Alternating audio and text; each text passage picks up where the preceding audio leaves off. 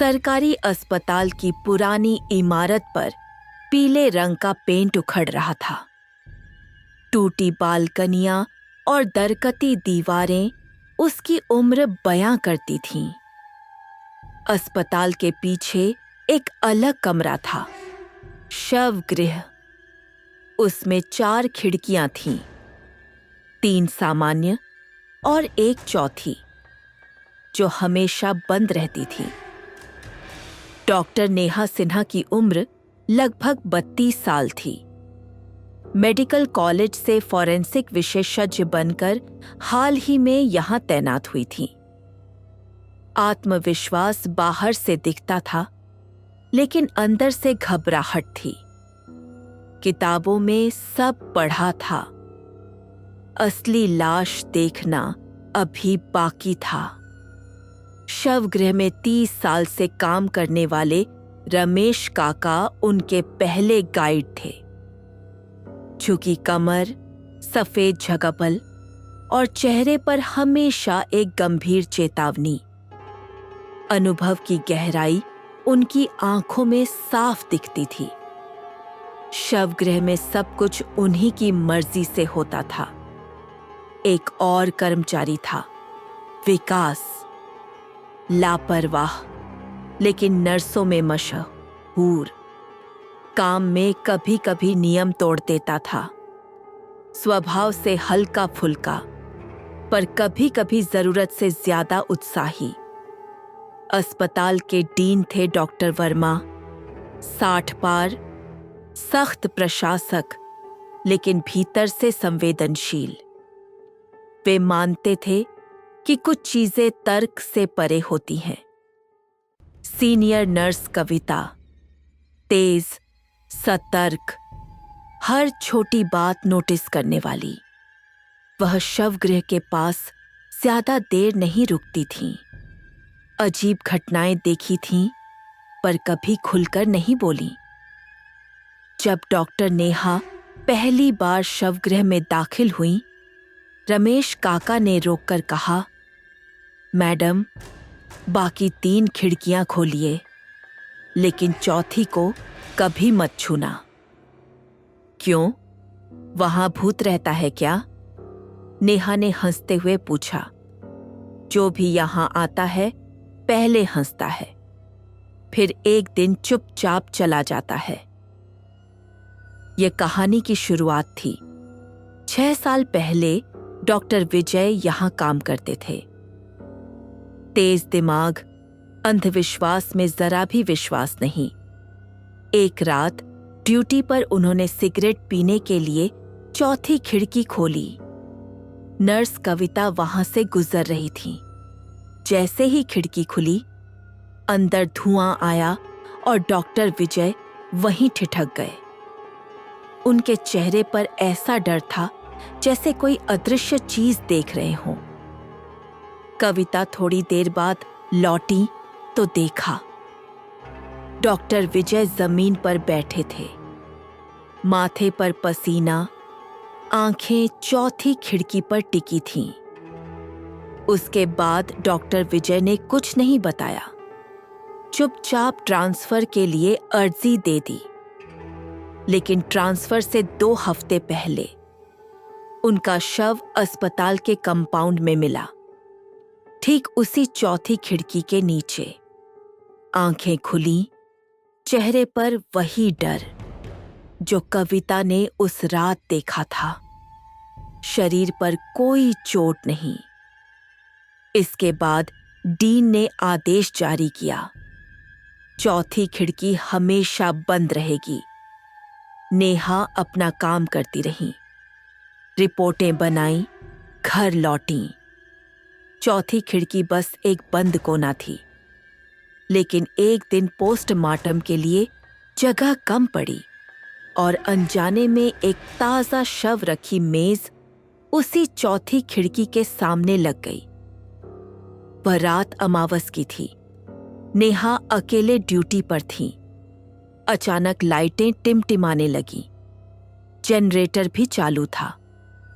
रमेश काका धीरे से बोले, आज अमावस है मैडम, और आपने मेज चौथी खिड़की के सामने रखी है।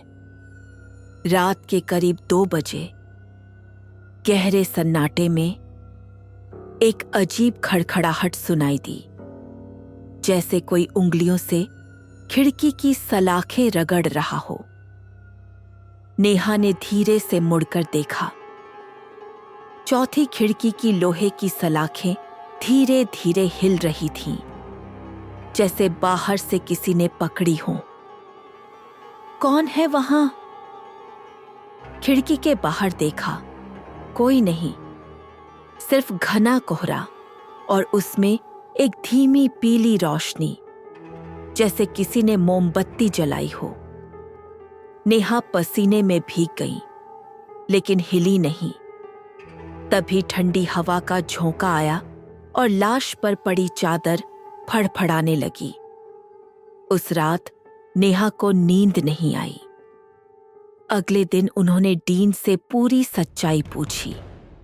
डॉक्टर वर्मा ने बताया, 8 साल पहले एक लड़की का शव आया था।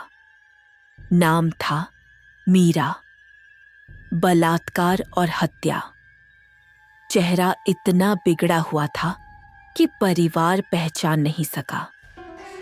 बिना अंतिम संस्कार के उसे उसी चौथी खिड़की के नीचे रखा गया। अगले दिन ड्यूटी डॉक्टर गायब हो गए। सिर्फ खून से सने चप्पल और बेल्ट मिली। शव कभी नहीं मिला। फिर विकास की बारी आई। एक रात उसने धूल साफ करते हुए चौथी खिड़की की सिटकनी खोली और झाड़ू लगाने लगा। रात के 2:45 बजे एक चीख। नर्स कविता दौड़कर आई। विकास जमीन पर पड़ा था, आंखें फैली हुई, मुंह खुला, चेहरा सफेद और भयभीत, मानो कुछ ऐसा देखा जो बर्दाश्त नहीं हुआ। कविता ने खिड़की की तरफ देखा। लाल साड़ी में एक स्त्री की छाया, चेहरा कोहरे में छिपा और अगले पल गायब। नेहा डॉक्टर के साथ साथ आध्यात्मिक भी थी। उन्होंने मीरा की आत्मा का दर्द समझा।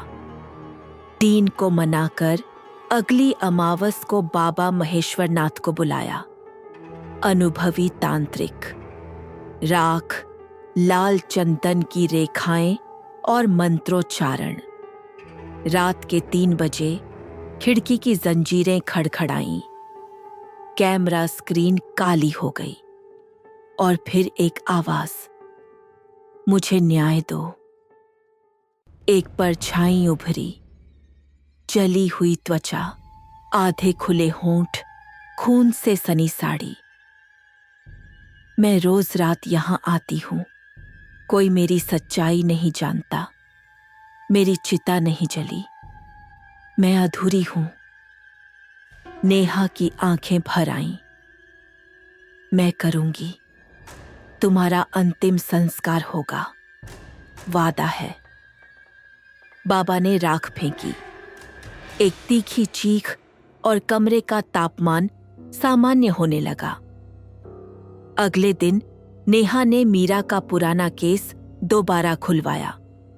डीएनए टेस्ट और अस्पताल रिकॉर्ड से परिवार तक पहुंची। परिवार की आंखें भर आईं।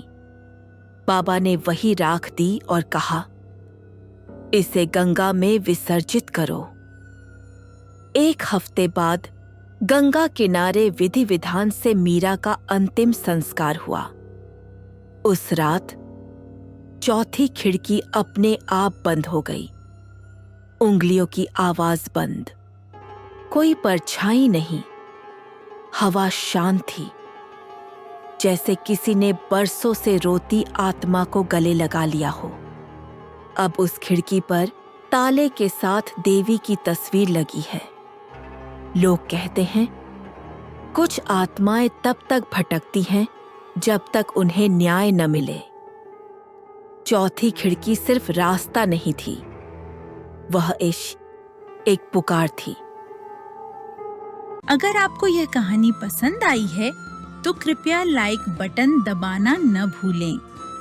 कमेंट में बताइए कि आपको यह कहानी कैसी लगी और आप आगे किस प्रकार की कहानियाँ सुनना चाहते हैं। यदि आप भविष्य में भी इस तरह की रोचक और दिलचस्प कहानियों का आनंद लेना चाहते हैं, तो हमारे चैनल कहानी की दुनिया को सब्सक्राइब करना न भूलें और घंटी का बटन भी दबाएं ताकि आप तक हमारी नई कहानियों की सूचना सबसे पहले पहुंच सके। धन्यवाद।